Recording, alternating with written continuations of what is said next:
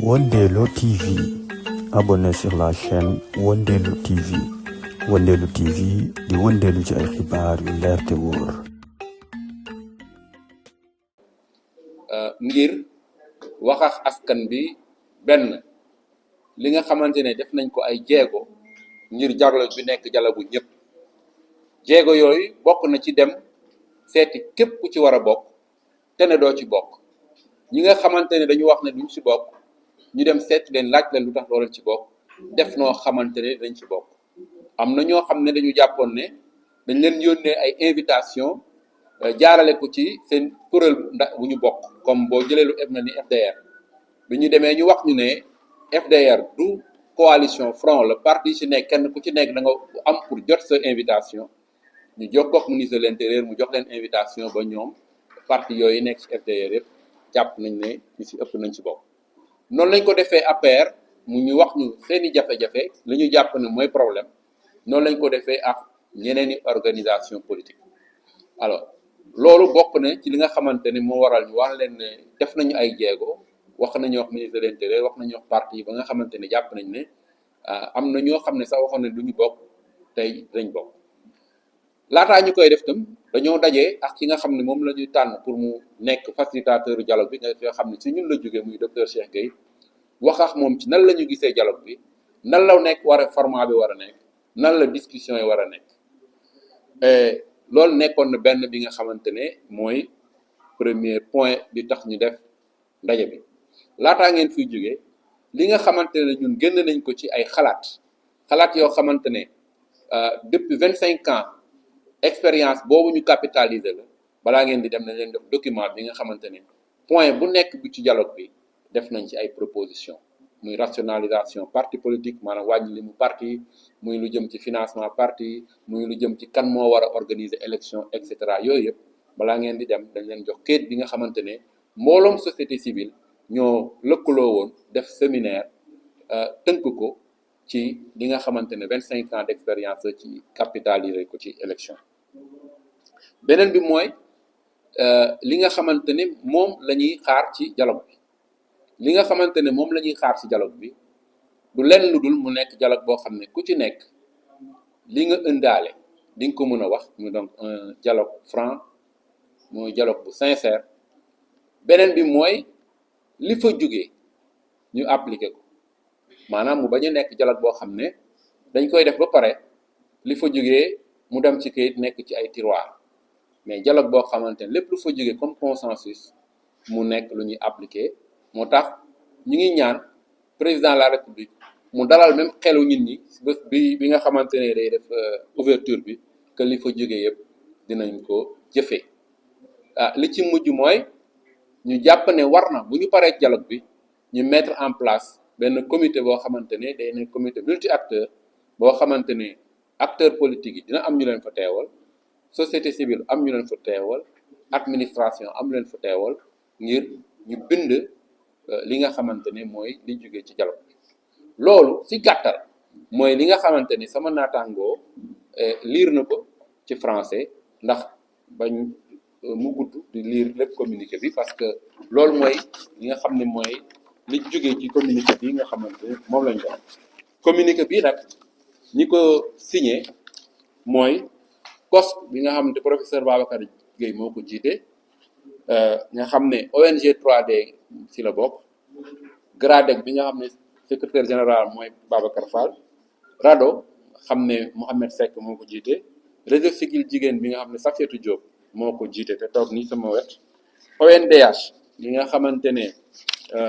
professeur Samba Thiam moo ko jiite te tey Abibatou Samb toogal leen fi OSIDEA bi nga xamante ne moom la Valdiodio Ndiaye di représenté fii forum du justiciable nga xam ne suñu naataango Babacar Ba moo ko jiite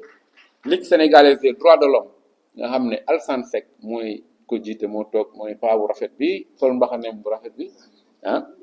handicap Femme Éduc mooy représenté personnes handicapées yi moo nekk nii Adama Dia moo ko jiite SERAC nga xam ne cabinet la boo xam te si professeur Babacar Gueye moo ko jiite aussi AFEX présence chrétienne Gérard Pacte nga xam ne Djibril ñu ngi nii moo ko jiite dialogue citoyen pour ñi ko xamul expert électoral bu mag moo ko jiite te mu ngi toog sama wet jaral ma tudd ko ah mooy waaju yanj ji di Njaga Matar Silla moo jiite dialogue citoyen AGET ak CONACYT ñooñu ñoo defoon communiqué bi di ko wax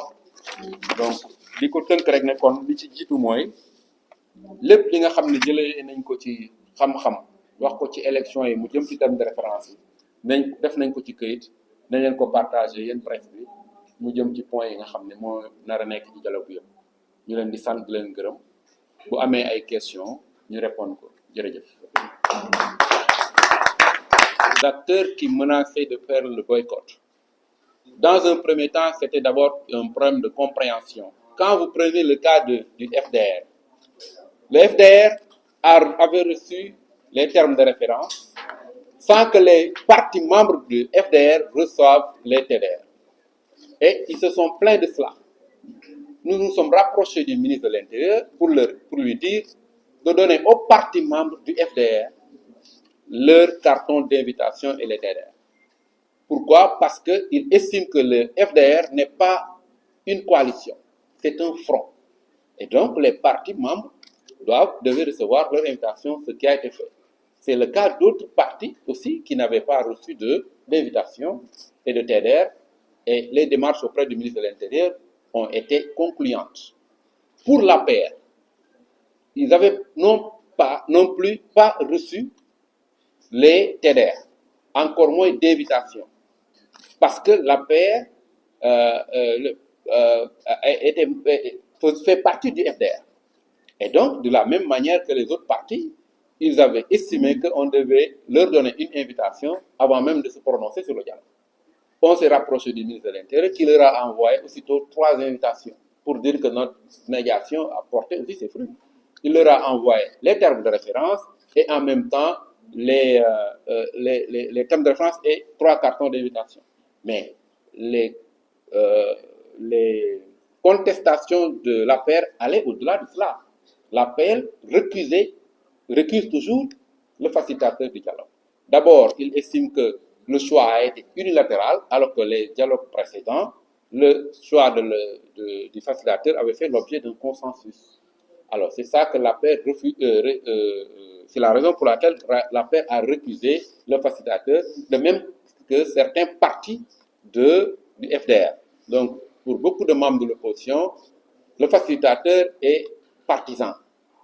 Alors, donc ça, c'était un problème pour nous. Parce qu'au-delà des invitations, le fait de recuser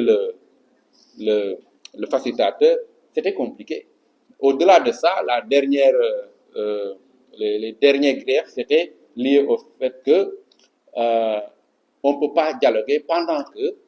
on emprisonne leurs partisans. Voilà les 3 griefs essentiels que l'APR avait mis sur la table. On a pu régler le premier. Les 2 autres, c'était pratiquement insurmontable. Mais on nourrit encore l'espoir de voir l'APR participer au dialogue. Alors, ça, c'est ce que je voulais dire surtout par rapport à pourquoi l'APR n'a pas participé au dialogue. Nos attentes, c'est la dernière question à laquelle je réponds, je laisse après mes collègues continuer. Nos attentes vis-à-vis de ce dialogue sont simples. On veut qu'elle soit un dialogue qui apporte un plus à notre quotient démocratique. Nous voulions que toutes les difficultés que nous avons eu à rencontrer pendant les élections précédentes soient diagnostiquées sans complaisance, comme nous l'avons fait, pour que des propositions de réforme soient adoptées afin qu'on ne revive plus ce qu'on a vécu ces dernières années. On a vu une administration refuser de donner une attestation, une quittance pour un candidat. On a vu l'administration électorale refuser de réintégrer un candidat dans le fichier électoral après une décision de justice. On a vu des élections reportées à 1 mois pendant la campagne électorale. Tout ça, c'est des problèmes qu'il faut régler. On a vu également que le nombre de partis politiques au Sénégal est pléthorique. Tout ça, pour nous, avec ce dialogue, on va pouvoir corriger donc, tous les dysfonctionnements constatés donc, lors des précédentes élections. donc ci tënk ci wolof après samay collègues yi dañu ne APR ñun comme FDR bi ñu jàppee ne ñoom dañuy boycotté li ñu war a gar def nañ ko mooy dem seeti leen ñu wax ñu li nga xam ne mooy seeni li ñuy kaas FDR la ñu jëkke ginnaaw bi ñu demee seeti Amadou Ba mu ne day bokk FDR dañu jàpp ne ñoom seen kuréel amul existence bu juridique waruñu jaarale seen invitation ci FDR parti ci bopp dañ leen war a yónnee invitation kenn ku ci nekk ci FDR am na limum lu mat 25 partis politiques ñoom dañu ne donc loolu mooy seen exigence ci saa si ñu jokkoo ak ministre de l'intérieur ñu koy remercier d'ailleurs ci disponibilité mu faj ko mu yónnee leen ñoom ñëpp juróom 25 ñaar fukk ak juróomi carton d'invitation yónnee leen aussi TDR yi ku nekk parti yi si nekk yëpp donc foofu amatul woon donc possibilité ñu wax ne donc loolooy tax du ñu dem ci la ñu jàpp APR aussi dafa wax ne moom tamit recevoirul TDR yi jotul invitation bay dem ci dialogue bi ñu fa pare ci saa si itam ñu au ministre de l'intérieur mu yónnee leen ñetti carton d'invitation yónnee leen TDR yi waaye APR seen problème du woon rek invitation seen problème aussi mooy d'accord uñu ci ni ñu tànnee ki nga xam ne mooy yombal dialogue bi muy Cheikh Gueye ñoom dañu jàpp ne dafa far donc loolu dañ ko war a corriger loolu dogal boobu dafa romb ministre de l'intérieur beneen bi ci mujj bi tax ñoom ñu ne du ñu dem ci dialogue bi mooy tëj bi ñuy def seeni njoñ problème la ci mënuñu dem dialogue ci condition yooyu loolu moo taxoon APR nañu ñun ñett yooyu la te bi ñuy wax tànn nañ Cheikh ñi yore nguur gi rek nañ problème invitation yi leneen li nga xam mooy beneen question mooy lan la ñuy xaar ci dialogue bi la ñuy xaar ci dialogue bi mooy mu saafara lépp luy jafe-jafe yi nga xam ne dund nañ ko ci élection yi passé yëpp li xam ne mooy juróom ñaar fukki at ci ginnaaw depuis 2000 ak léegi lépp lu ñu dund ci jafe-jafe ci élection te muy problème gis nañ fi bi ñu war a dem élection administration benn administration moom caisse de dépôt et de consignation par exemple war a jox nit ki attestation bu koy permettre mu cautionner wane ne cautionné na mu bañ ko jox gis nañ fi juge jël dogal ñu delloo nit ci biir fichier électoral administration defu ko gis nañ fi aussi ñu daaneel Sénat ci à quelques jours des élections yeneen ak yeneen i jafe-jafe alors il y a le problème de la double nationalité boo indi problème ci réew mi yooyu yëpp jar naa dem dialogue loolu moo tax ñun ñu jàpp ne ci yooyu yëpp war nañ ci ñun